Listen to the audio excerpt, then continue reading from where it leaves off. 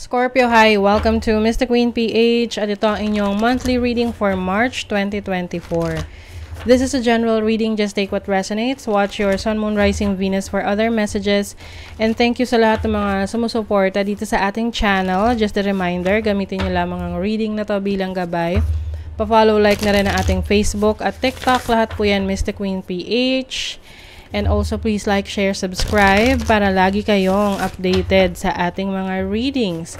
Please check out my Shopee. Available ang mga protection and prosperity items, bracelets, zodiac sign bracelets, and many more. Link on the description. Ayan, and kung kayo ay interesado rin sa private reading, lahat ng information nasa description. Nandyan din sa comment section yung link para mag-book. Okay, let's see, Scorpio, what's up with you ngayong March 2024? March 2024. You have trine, sextile, symbiosis. So, this is working hand in hand. Meron kang makaka-collaborate or may trabaho na kakailanganin mo yung tulong ng iba. Or maaring ikaw ay kakailanganin sa isang project. You also have energy ng Leo. You're going to shine. And your first house, which is about yourself. Okay. So, ngayon, focus-oriented ka. Focus ka ngayon sa sarili mo. Oo. Meron kang mga improvement na gagawin sa sarili mo. Pwedeng physical appearance to. Yung iba naman, about your knowledge, no? Pagdadagdag ng iyong kaalaman, you might be working with other people. May mga tutulong rin sa'yo kung paano mo ma-improve ang iyong sarili, physically, mentally, emotionally. And with the Leo energy here, may recognition sa community mo, sa company, kung saan ka nagtatrabaho. Or if you are in the social media, you are in the public eye, maraming makaka-recognize sa'yo. So, there's a level of fame, pagiging sikat ngayong March. Oo. Let's see what else pa. You will also focus on taking care of yourself. So, practicing self-love. Kung dati hindi mo masyadong inasikaso ang sarili mo, ngayong March, ayan, lalabas ka na, pupunta ka na sa mall, magpapa-manicure, pedicure, spa, magpapa-massage. Oo, deserve nyo yan, diba? So, let's see, ano pa? Owl, ayun. Which is about your knowledge, wisdom, improving your knowledge. Yung iba, mag-aaral, pwedeng mag-enroll sa school, online class, online school, or self-study. Okay, this is also having clarity, kaliwanagan sa sitwasyon mo, ano yung mga gusto mong maabot, ano yung ayaw mo nang gawin. Oo, so you really know what you want ngayong March. Mas may direction ka ngayon, ngayong March. You also have Pegasus. Pegasus is freedom. Maaring palalayain mo yung sarili mo sa mga limitasyon, yung mga pumipigil sa'yo na gawin yung mga gusto mo or in alignment sa pangarap mo. Ngayong March, makakaranas ka ng kalayaan. Oo. Ikaw yung magbibigay ng kalayaan sa iyong sarili.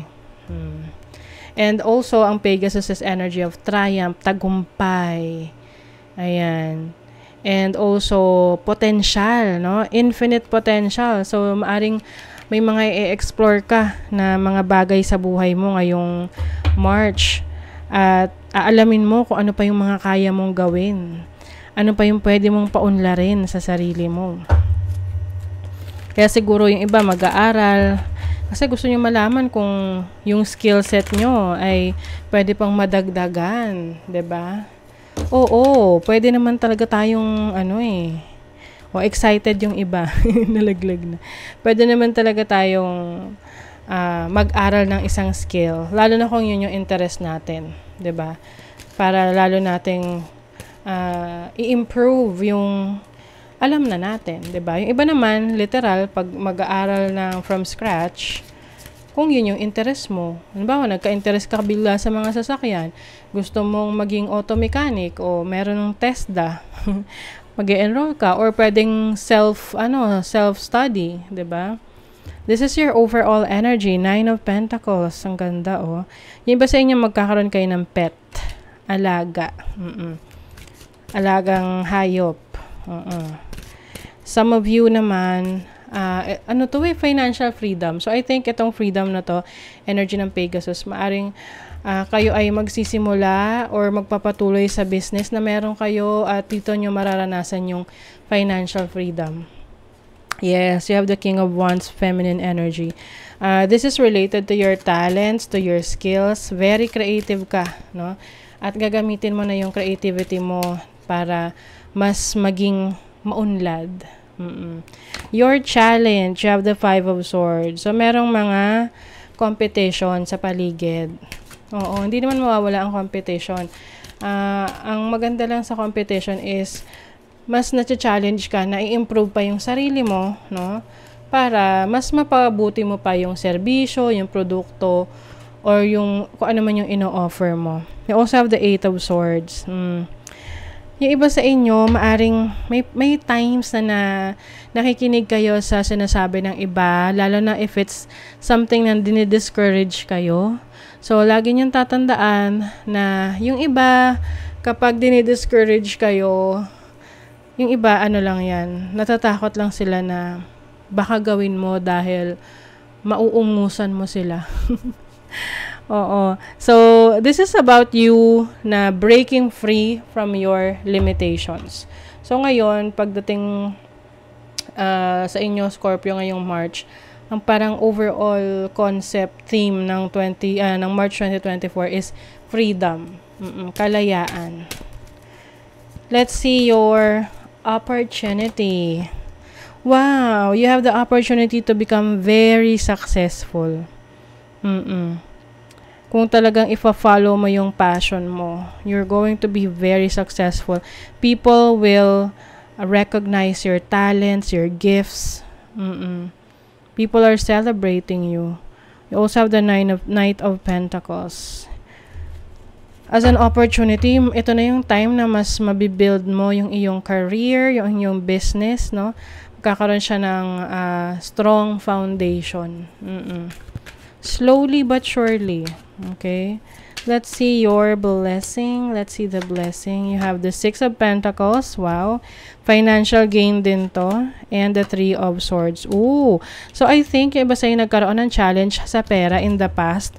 Pero as a blessing, nagawan nyo na ng paraan. Merong tumulong sa inyo, sa finances nyo. Or may tutulong sa finances ninyo. And also, yung iba naman, maaring meron kayong matatanggap na yung kung ano man yung hiniram sa'yo in the past, especially pera, pwedeng may magbabayad na sa'yo, or yung pera na hinihintay mo from someone, na na-disappoint ka, hindi mo nakuha. Oo, makukuha mo na. Oo. So, that's a blessing for you. It's like, parang, dahil naging patient ka about a situation, about sa isang bagay na dapat makukuha mo. Oo, na-disappoint ka. Pero, ganun talaga. This can be a blessing in disguise for you. Okay? Let's see what else for Scorpio. Uy, network, gatherings. So, maaring mas lalo ka magne-network, dadami yung mga friends mo, connections mo. Maganda yan sa business, sa career, kasi marami kang contacts. The more connections you have, no, the more opportunities ang darating. Uy, may soulmate. Maaring makikilala mo ang iyong soulmate if you are still looking for a romantic partner, Scorpio. Or kung ikaw ay nasa relationship na ngayon, you will spend more time with your loved ones, with your partner. Emotional, uy. Being more sensitive sa feelings mo. So, I think, if single ka, maaring makilala mo yung person na makakaintindi sa'yo emotionally, yung needs mo, maibibigay, yung emotional needs mo. If you are in a relationship naman, I think mas magiging open kayo sa isa't isa ng person mo. And dito nyo mas makikilala yung isa't isa. Okay? You will have more deeper connections with your person. Ganda naman. So, that is your reading, Scorpio. Thank you so much. Bye.